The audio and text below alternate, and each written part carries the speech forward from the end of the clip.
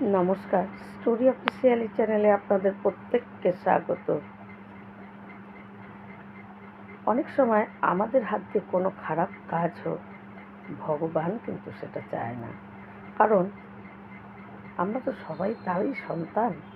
সে চায় না যে আমার সন্তানের হাত দিয়ে বা আমার ভক্তের হাত দিয়ে এই পৃথিবীর সমস্ত মানুষই তার সন্তান, তাদের হাত দিয়ে খারাপ কাজ হোক। কিন্তু আমরা মানুষেরা তো বুঝি না।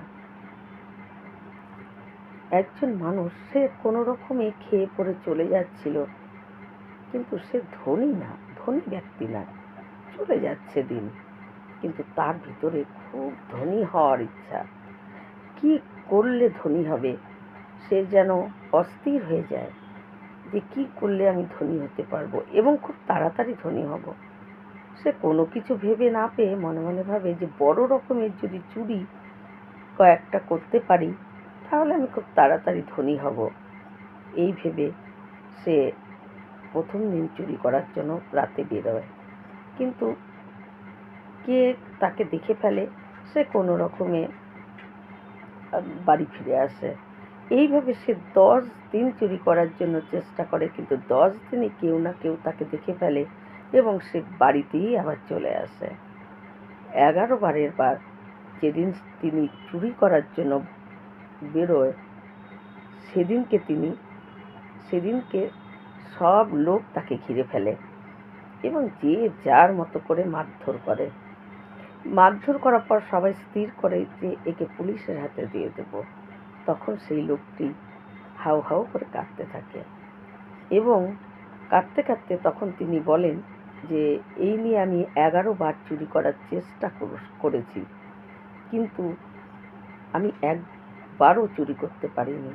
আমি জীবনে একটা সূচও চুরি করিনি। আমি সত্যি কথা বলছি। সব মানুষদের এই কথা শুনে একটু করুণা এবং তার প্রতি একটু দয়া হয়। তাকে নানান রকম কথা বলে তাকে ছেড়ে দেয়। সেই ব্যক্তি কাঁদতে কাঁদতে বাড়ি ফিরে আসে। ঠিক এরকমই, যখন নাকি একটা কোনো খারাপ কাজ, চুরি করা নিশ্চয়ই ভালো কাজ না, যখন সে দেখলো যে তার বারবার সে বাধা পাচ্ছে চুরি করাতে, তখন তার বোঝা উচিত ছিল যে ভগবান চায় না তার হাত দিয়ে এরকম একটা খারাপ কাজ হোক। তখনই তার নিজেকে শুধরে নেওয়া উচিত ছিল।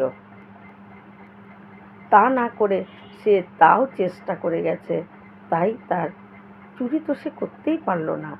অথচ সেদিন থেকে কিন্তু তার নাম, চোর নামটাও তার হয়ে গেল। তার বাড়ি চেনাতে গেলেও প্রত্যেকে বলে ওই যে লোকটা চুরি করতে গিয়েছিল সেই লোকটার বাড়ি এটা। তাই